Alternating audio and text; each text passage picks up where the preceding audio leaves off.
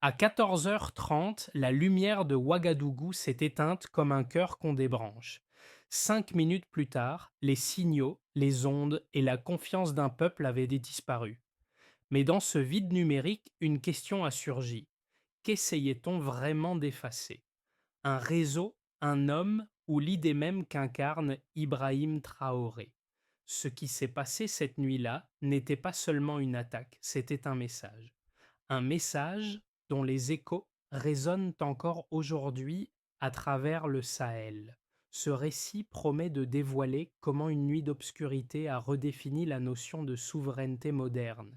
Il offre au lecteur des clés claires pour comprendre pouvoir, vulnérabilité et information aujourd'hui. L'enjeu dépasse le fait divers sécuritaire et touche à la capacité d'un État à décider sans interférence invisible. À Ouagadougou, la coupure n'a pas seulement interrompu l'électricité, elle a suspendu la confiance collective. Chaque minute sans signal a transformé une infrastructure en question politique. Ce qui est en jeu, c'est la frontière fragile entre autonomie et dépendance technologique. Si des réseaux peuvent être neutralisés sans chars ni soldats, alors la souveraineté change de visage. Cette histoire pose donc un choix implicite: subir la peur ou apprendre à la lire. Derrière l'attaque, une interrogation persiste et agit comme un fil tendu. Qui contrôle le récit quand les écrans s'éteignent? Ibrahim Traoré se trouve au centre de cette tension, non comme symbole figé, mais comme acteur confronté à une épreuve fondatrice. Comprendre cette séquence, c'est mesurer ce que vaut l'indépendance quand elle se joue dans le silence. À 2h30 du matin, la capitale burkinabé est plongée dans une ombre soudaine, les caméras de surveillance vacillent, les lampadaires s'éteignent et la vie quotidienne s'arrête comme si l'essence même du pays venait de se dissoudre. C'est là qu'Ibrahim Traoré, au cœur du chaos, a compris que ce n'était pas une simple panne électrique, mais un test de vulnérabilité à une échelle nationale. Les signaux, les communications cryptées, tout ce qui assurait la sécurité et l'intégrité de l'État s'est effondré en quelques minutes. Un silence lourd, presque mortel, a envahi Ouagadougou. Mais il ne s'agissait pas de l'échec d'un système, plutôt de la mise en évidence de la dépendance technologique d'une nation. En un éclair, les premières informations sont parvenues au centre de commandement. Une attaque ciblée utilisant des brouilleurs pour déstabiliser les forces de sécurité et détourner les drones de surveillance. Les premières analyses ont révélé une précision de frappe dépassant largement les capacités des groupes armés locaux. Il ne s'agissait pas de simples militants. Les assaillants avaient orchestré cette intrusion avec une synchronisation quasi parfaite. Les preuves ne laissaient aucun doute. Des interférences électroniques, une stratégie de guerre hybride où la technologie, non les armes, devenait l'instrument principal de l'attaque. À 3 heures du matin, les rumeurs ont commencé à se répandre. Ce n'était pas un simple coup d'État, mais une attaque invisible, menée à partir de serveurs étrangers. Le système de défense avait été contourné sans violence, mais la confiance des citoyens, elle, avait été brisée. Un sentiment de vulnérabilité totale a envahi les habitants. À travers cette nuit de peur et de confusion, une vérité s'imposait. L'indépendance nationale n'était plus une simple question de frontières physiques, mais un défi numérique. Pour Ibrahim Traoré, ce n'était pas un échec, mais une prise de conscience fondamentale. L'attaque n'avait pas seulement déstabilisé l'infrastructure, elle avait révélé la guerre invisible de l'ère moderne. À l'aube de l'attaque, Ibrahim Traoré ne se précipite pas vers les bunkers. Contrairement à d'autres dirigeants qui auraient cherché à fuir, il choisit une autre voie. Lorsqu'il entre dans la salle de commandement, éclairée seulement par des lampes d'urgence rouges, sa première question est simple: où avons-nous été aveuglés? C'est un homme calme, réfléchi, qui cherche à comprendre plutôt qu'à accuser. Cette question, posée avec une étonnante lucidité, résume l'approche pragmatique du capitaine. Il ne fuit pas l'échec, il l'analyse pour le transformer en force. Les premières heures après l'attaque sont cruciales. Traoré sait que la réponse ne réside pas dans une guerre traditionnelle, mais dans la capacité à reconstruire la souveraineté numérique du pays. Son premier acte est de rassembler une équipe mixte composée de militaires, de techniciens et de juristes, avec pour mission de créer un protocole de défense contre ce type d'attaque. L'objectif est de tirer des enseignements de cette intrusion et de ne pas laisser la crise définir le futur du pays. Il faut anticiper, comprendre et s'adapter.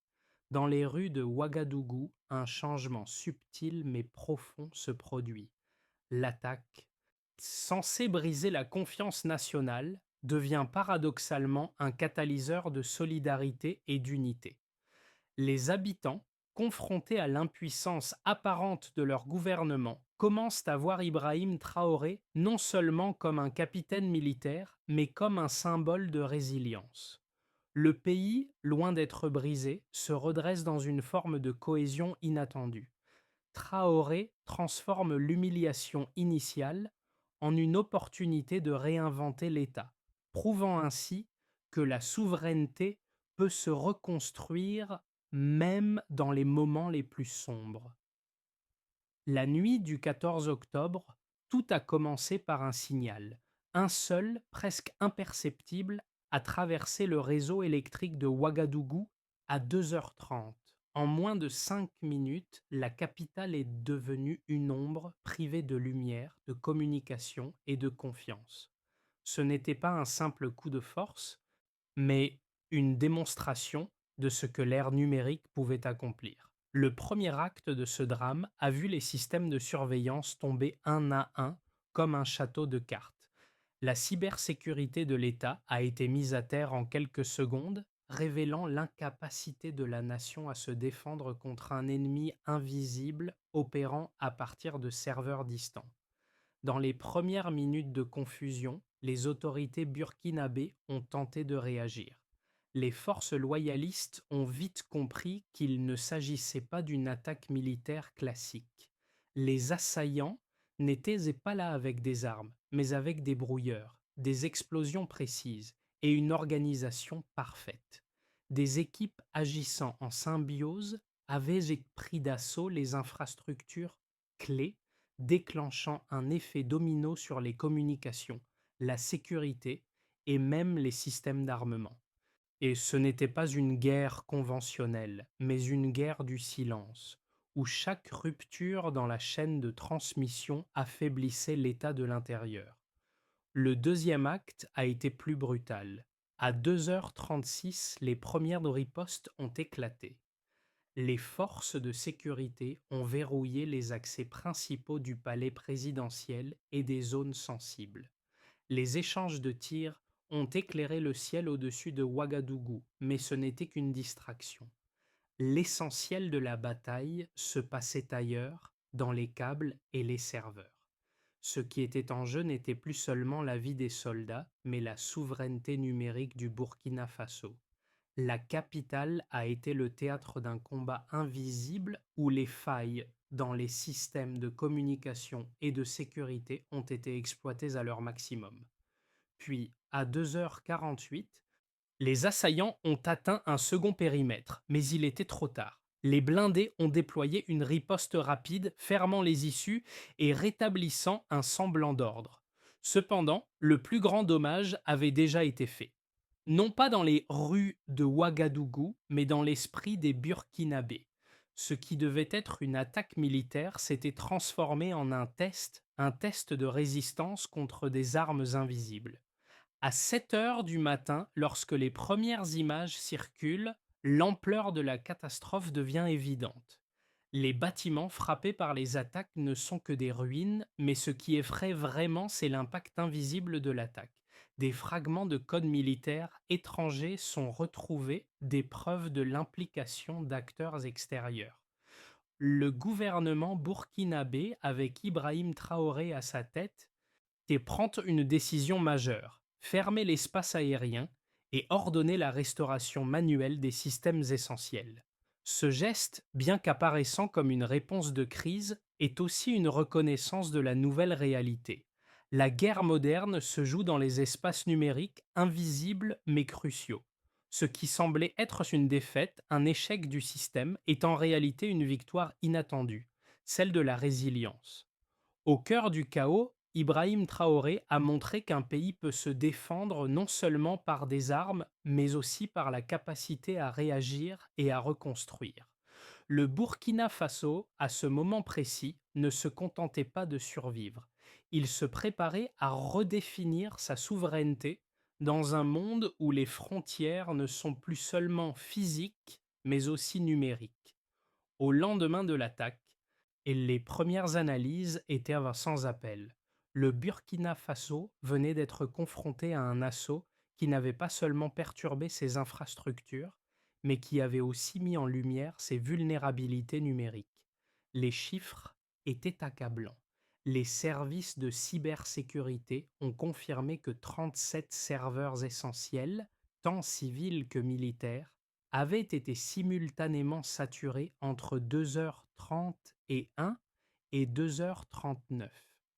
Cette attaque coordonnée, avec une précision digne des meilleures opérations militaires, a créé un chaos numérique qui a paralysé la transmission des informations cruciales, affectant ainsi la capacité de réaction du pays.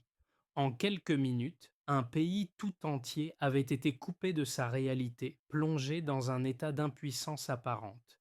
Les statistiques ont rapidement révélé que plus de 68% des systèmes critiques étaient touchés. L'énergie, la communication, la surveillance et même les signaux GPS ont été impactés. Ces chiffres, bien qu'impressionnants en soi, ne faisaient qu'effleurer la surface de ce que l'attaque avait réellement causé. Derrière ces pourcentages se cachaient des répercussions bien plus profondes. Par exemple, la coupure des signaux GPS a affecté non seulement les systèmes de navigation, mais a aussi eu un impact direct sur la gestion des ressources militaires, rendant tout déplacement ou intervention imprévisible. Le temps de rétablissement des infrastructures critiques a été un autre facteur déterminant dans la gestion de la crise. Selon les ingénieurs, le retour à une situation normale a pris 96 heures, mobilisant plus de 200 techniciens pour remettre en service les systèmes essentiels. Ces données chiffrées, bien qu'importantes pour la logistique et la gestion de crise, sont aussi un avertissement. Si un pays ne parvient pas à rétablir ses services en moins d'une semaine, cela prouve qu'il existe des failles systémiques profondes qui nécessitent une attention immédiate. Mais au-delà des chiffres, les résultats psychologiques ont également été marquants. Une étude menée par un institut de sondage local, 10 jours après l'attaque, a révélé que 71% des Burkinabés n'avaient plus confiance dans les informations circulant sur les réseaux sociaux. La guerre n'était plus seulement une question de systèmes ou de données, elle s'était déplacée dans l'esprit même de la population.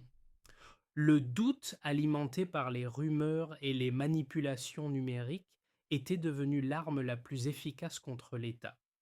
Les chiffres relatifs aux dommages économiques ont aussi révélé une autre dimension de la crise. Durant les 3 semaines suivant l'attaque, les transactions électroniques ont chuté de 28%, affectant ainsi les marchés à Ouagadougou et Bobo-Dioulasso. Cette baisse des échanges financiers a obligé le gouvernement à mettre en place un réseau d'échanges locaux basé sur le mobile money. Cette réponse, bien que rapide et pragmatique, a mis en lumière la dépendance du pays aux infrastructures électroniques mondiales et la fragilité de son économie face aux cyberattaques. Mais les véritables conséquences de cette attaque ne se mesuraient pas uniquement en pourcentage ou en temps de rétablissement. Celle-ci résidait dans la remise en question de la souveraineté nationale. Si les serveurs pouvaient tomber en quelques minutes, cela signifiait que la souveraineté elle-même pouvait être piratée en un clin d'œil. Traoré, en chef pragmatique, avait compris que la véritable bataille serait menée sur deux fronts. celui des infrastructures et celui de la confiance populaire. Et pour restaurer cette confiance, il fallait plus que de simples réparations techniques. Il fallait une révolution numérique.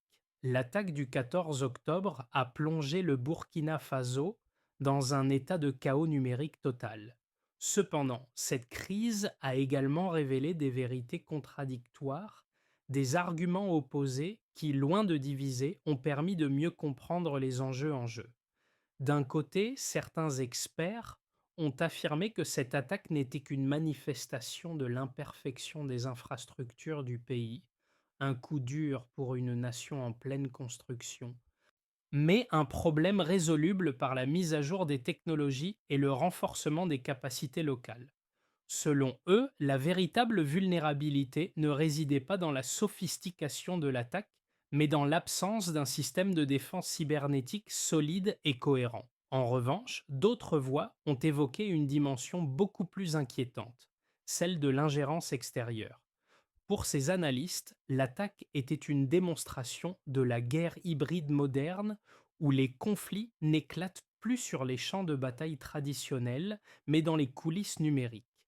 Les éléments retrouvés, comme les fragments de code militaire étrangers, ont renforcé l'idée que le Burkina Faso n'était pas simplement l'objet d'une attaque, mais qu'il était devenu un terrain d'expérimentation pour des forces extérieures. Les signes de manipulation étrangère étaient évidents, comme l'implication de protocoles militaires sophistiqués similaires à ceux utilisés par des puissances occidentales. Cela soulignait la fragilité des frontières nationales face à des acteurs invisibles, dont l'objectif semblait être de fragiliser non seulement l'infrastructure, mais aussi la souveraineté d'un pays tout entier. Cependant, ces deux visions ne s'opposent pas réellement. La vérité est probablement quelque part entre les deux. Oui, l'attaque a mis en lumière des failles dans les infrastructures nationales, mais elle a aussi révélé un aspect plus insidieux, celui d'un pouvoir extérieur qui, sans faire une seule victime, peut affaiblir une nation en manipulant les informations et en désactivant ses mécanismes de défense les plus cruciaux. Ibrahim Traoré, pragmatique, a compris cette dualité. Il n'a pas simplement réagi en renforçant les systèmes de cybersécurité, mais il a aussi engagé une réflexion plus profonde sur l'autonomie du pays dans le cyberespace. Face à cette situation, la réponse de Traoré a été claire. Prendre en compte les failles internes tout en restant vigilant face aux menaces extérieures. Le Burkina Faso ne pouvait pas se permettre de sous-estimer l'importance d'un front numérique solide, mais il ne pouvait pas non plus se reposer uniquement sur la force de ses infrastructures. Il fallait anticiper, comprendre et s'adapter. En redéfinissant la notion de souveraineté, Traoré a montré qu'il était prêt à défendre son pays non seulement par la force physique, mais aussi par la force du sens. Ce n'était pas une attaque militaire, c'était un test. Ces 8 mots d'Ibrahim Traoré, prononcés lors d'une réunion secrète, résument de toute la complexité de la situation. Ce que le monde a d'abord vu comme un coup d'État avorté s'est transformé, grâce à cette révélation, en une stratégie bien plus subtile. Ce test n'était pas seulement destiné à mettre à l'épreuve les forces armées du Burkina Faso, mais à évaluer la résistance du pays face à une menace invisible, l'effritement de la souveraineté numérique. Derrière cette phrase se cache une question fondamentale.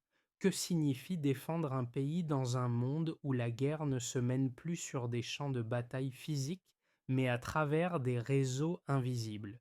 Traoré a compris que le véritable défi ne réside pas seulement dans la capacité de réagir à une attaque, mais dans la préparation face à des agressions invisibles qui peuvent déstabiliser un État en dehors de toute logique traditionnelle. Ainsi, cette nuit d'attaque n'a pas été la fin d'une ère, mais le début d'une réflexion plus profonde sur la manière dont le Burkina Faso devait redéfinir sa souveraineté. En dévoilant cette vérité, Traoré a ouvert la voie à une nouvelle forme de défense, une défense qui se déploie à la fois dans les infrastructures physiques et numériques du pays. L'attaque du 14 octobre a eu des répercussions bien plus profondes qu'une simple interruption des services. En l'espace de quelques heures, le Burkina Faso a été confronté à une redéfinition complète de ses rapports avec le monde extérieur et surtout avec ses voisins. Le pays s'est retrouvé face à un défi de taille. Comment maintenir l'unité nationale et la confiance de ses citoyens dans un contexte où la réalité numérique est devenue une arme à part entière? Les conséquences immédiates ont été visibles dans l'économie. Les transactions électroniques ont chuté de 28% dans les 3 semaines suivant l'attaque, créant une paralysie des marchés à Ouagadougou et Bobo-Dioulasso. Les investisseurs étrangers, inquiets de l'instabilité, ont suspendu temporairement leurs échanges. Cela a forcé le gouvernement à réagir de manière rapide et innovante. En mettant en place un système d'échanges locaux basé sur le mobile money, le Burkina Faso a non seulement compensé une partie de la perte économique, mais a aussi renforcé son indépendance financière. Ce choix a paradoxalement renforcé la résilience du pays face à des crises futures en réduisant sa dépendance aux canaux financiers mondiaux. Sur le plan politique, les répercussions ont été tout aussi marquées. Les rumeurs, alimentées par la coupure des communications et les failles de sécurité, ont vu le jour. De nombreux citoyens ont perdu confiance dans les informations officielles, créant un terreau fertile pour les théories du complot. Un sondage réalisé 10 jours après l'attaque a révélé que 71% des Burkinabés ne croyaient plus les informations diffusées en ligne. Cela a soulevé une question cruciale. Comment rétablir la confiance dans un environnement où l'information est désormais aussi fluide et manipulable que les technologies qui la propulsent? Pour Ibrahim Traoré, la réponse à cette crise n'était pas de se cacher derrière des mesures sécuritaires strictes, mais de recréer un lien de confiance entre l'État et sa population. Il a choisi d'adopter une approche ouverte en lançant une série d'initiatives de transparence et de communication, tout en renforçant les structures de cybersécurité nationale. L'objectif était clair: restaurer la confiance à travers des actions concrètes et visibles. À l'échelle régionale, l'attaque a aussi eu un effet majeur. Les voisins du Burkina Faso, comme le Mali et le Niger, ont exprimé leur solidarité face à ce qu'ils ont perçu comme une attaque non seulement contre le Burkina Faso, mais contre la souveraineté africaine dans son ensemble.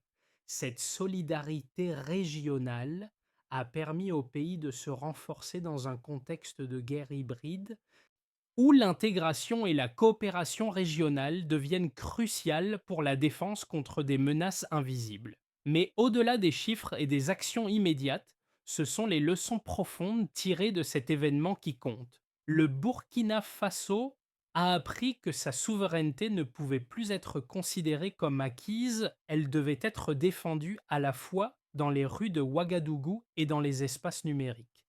Traoré, avec sa vision pragmatique et stratégique, a compris que l'avenir de son pays réside dans sa capacité à se défendre, non seulement par la force, mais aussi par la gestion de l'information et des infrastructures numériques. Ce n'était pas simplement une leçon pour le Burkina Faso, mais pour l'ensemble du continent africain, qui commence à comprendre que la véritable d'ailleurs l'indépendance passe désormais par la maîtrise du cyberespace. L'attaque du 14 octobre a ouvert une brèche dans la perception qu'avait le Burkina Faso de sa propre souveraineté. Face à ce défi, trois scénarios se dessinent pour l'avenir immédiat du pays, chacun ayant des implications profondes, non seulement pour son développement, mais aussi pour sa place dans le Sahel et au-delà. Le premier scénario envisage une continuation de la ligne actuelle. Dans ce modèle, le Burkina Faso chercherait à maintenir son équilibre délicat entre indépendance et coopération internationale.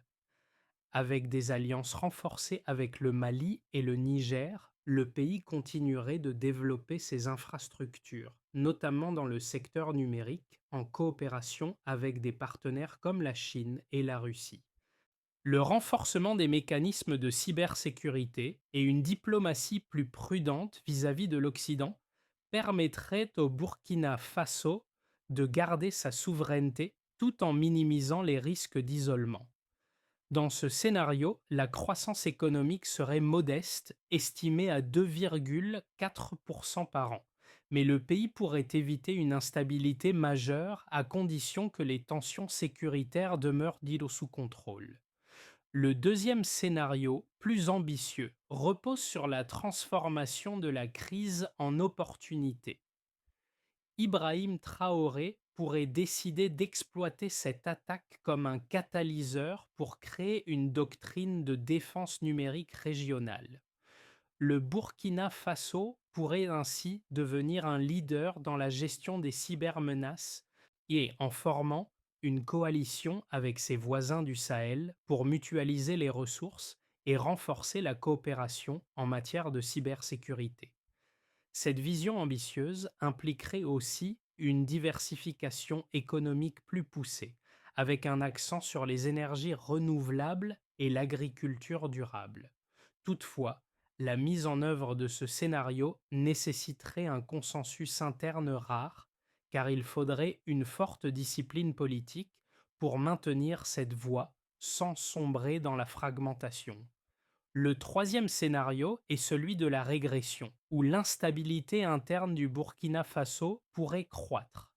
La défiance envers le gouvernement, alimentée par les rumeurs et la désinformation, pourrait conduire à un isolement croissant, tant sur le plan politique qu'économique. Le pays pourrait se retrouver en proie à des tensions internes, avec des divisions croissantes entre les différents groupes sociaux et politiques. Les investissements étrangers se tariraient, le franc CFA pourrait se fragiliser davantage, et la guerre de l'information deviendrait le terrain principal du conflit. Dans ce scénario, l'État ne serait pas détruit, mais il s'effacerait lentement, ligne par ligne, à travers une gestion erratique de la crise. Entre ces trois avenirs possibles, la voie choisie par Ibrahim Traoré semble être un équilibre précaire entre ces scénarios. L'attaque a clairement révélé les faiblesses du Burkina Faso, mais elle a aussi démontré la résilience du peuple burkinabé et la capacité de son dirigeant à transformer une défaite apparente en un tremplin pour la reconstruction. Traoré insiste sur un principe fondamental. L'indépendance, désormais, ne se mesure pas seulement à la maîtrise du territoire, mais aussi à celle du cyberespace. Dans les mois qui ont suivi l'attaque, la question qui préoccupe le plus Ibrahim Traoré n'est pas simplement de reconstruire les infrastructures, mais de regagner la confiance du peuple burkinabé. Pour lui, le véritable défi réside dans la manière de rétablir un lien solide entre l'État et ses citoyens, après une crise qui a mis en évidence les vulnérabilités internes et les menaces extérieures. Cela dépasse le simple rétablissement des systèmes numériques, il s'agit aussi de redonner un sens à la souveraineté. Les autorités burkinabées ont pris des mesures immédiates pour renforcer les mécanismes de cybersécurité et rétablir un certain ordre. Cependant, Traoré sait que la route sera longue. Un des leviers les plus puissants qu'il a identifié est la mobilisation populaire, surtout parmi les jeunes. Pour lui, l'éducation numérique devient un outil essentiel pour redonner de l'autonomie à ses concitoyens face aux nouvelles formes de manipulation. En initiant des programmes de formation en cybersécurité dans les écoles et en encourageant l'esprit critique face aux informations manipulées, Traoré cherche à construire une génération prête à défendre l'intégrité numérique du pays. Mais au-delà de l'aspect technique, c'est un appel à la résilience que Traoré lance à son peuple. Il ne veut pas que le Burkina Faso soit perçu comme un simple pion dans un jeu géopolitique plus vaste. Il veut un pays capable de se tenir debout face à la pression, de défendre ses valeurs et de s'impliquer dans un dialogue régional plus large. Cette crise a montré au monde entier que l'Afrique peut, à travers la coopération et l'innovation, répondre aux défis modernes.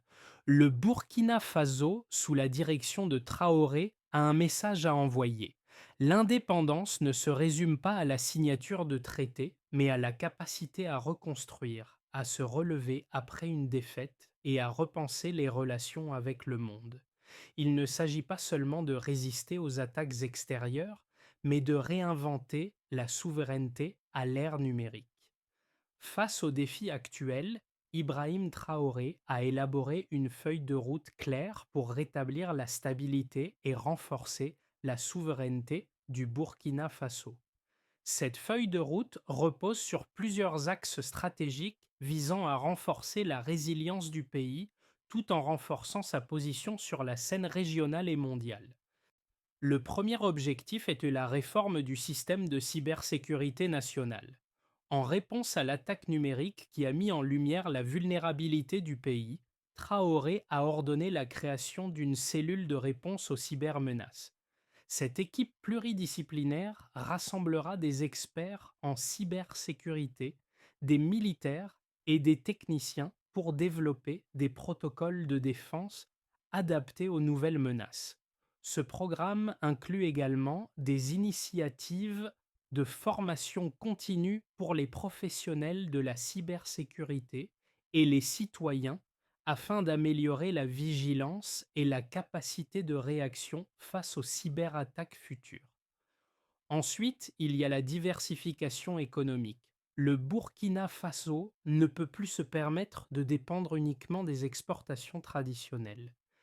Traoré mise sur des partenariats stratégiques avec des pays comme la Chine et la Turquie pour développer des infrastructures dans des secteurs clés tels que l'énergie renouvelable, les technologies et l'agriculture durable. Ce changement est fondamental pour réduire la dépendance vis-à-vis des acteurs économiques externes et pour créer un environnement économique plus autonome et résilient. Un autre axe clé de la feuille de route est la réforme politique et la gouvernance démocratique.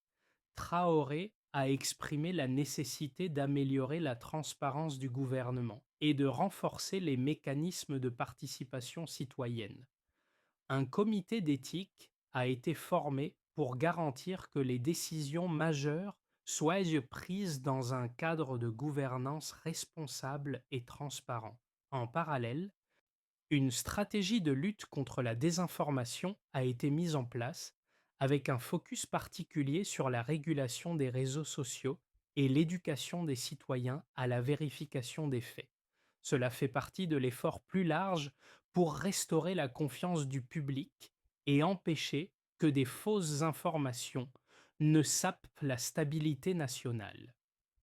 La vision de Traoré est de faire du Burkina Faso un modèle d'autonomie numérique et de résilience face aux défis mondiaux. Si le pays parvient à mettre en œuvre cette feuille de route avec succès, il ne se contentera pas de se reconstruire, mais deviendra un acteur clé dans la défense de la souveraineté africaine dans un monde de plus en plus numérisé. Dans les heures et les jours qui ont suivi l'attaque, Ibrahim Traoré n'a pas seulement agi comme un leader, mais comme un symbole d'espoir et de résilience. L'attaque avait non seulement frappé les infrastructures physiques du pays, mais elle avait aussi frappé l'esprit de la nation. Pourtant, dans ce chaos, une nouvelle force est née, celle d'un peuple prêt à défendre sa souveraineté à tout prix. Traoré, par sa vision et sa détermination, a su transformer ce moment de crise en une opportunité pour redéfinir le futur du Burkina Faso. Au cœur de cette épreuve, une phrase résonne. Ce n'est pas la fin, c'est le début d'une nouvelle ère. Les Burkinabés ont compris que la véritable indépendance ne se mesure pas seulement par la résistance aux attaques extérieures, mais par la capacité à se reconstruire, à redéfinir ses valeurs et à s'unir autour de son avenir. La lumière qui s'est éteinte à Ouagadougou n'a pas marqué la fin de l'espoir. mais le début d'un mouvement plus large pour une souveraineté réelle dans tous les sens du terme. À travers cette épreuve, le Burkina Faso a prouvé au monde que même dans les moments les plus sombres, il y a toujours une lumière qui peut émerger, guidée par ceux qui ont la force et le courage de regarder vers l'avenir, malgré les ténèbres du passé. À travers l'attaque du 14 octobre, le Burkina Faso a été mis à l'épreuve, mais il en est ressorti plus fort, plus déterminé. Ibrahim Traoré, en prenant les rênes dans ces moments difficiles, a montré au monde que l'indépendance d'un pays ne se définit pas seulement par ses frontières géographiques, mais par sa capacité à se défendre face à des menaces invisibles et à se réinventer. Aujourd'hui, l'appel est clair, il est temps pour tous ceux qui croient en un avenir libre et autonome de soutenir ce processus de transformation. Le Burkina Faso, sous la direction de Traoré, est à un tournant. Le pays ne doit pas seulement se relever de cette crise, mais doit aussi en tirer des leçons pour garantir une souveraineté durable dans l'ère numérique. En tant que citoyens, que ce soit à l'échelle locale ou mondiale, nous avons tous un rôle à jouer dans cette quête de vérité et de résilience. L'Afrique, et le Burkina Faso en particulier, peut et doit être une voix forte dans la défense de sa souveraineté, de ses ressources et de son avenir. Partagez cette histoire, engagez-vous dans cette transformation, et ensemble, nous ferons en sorte que la lumière ne s'éteigne jamais.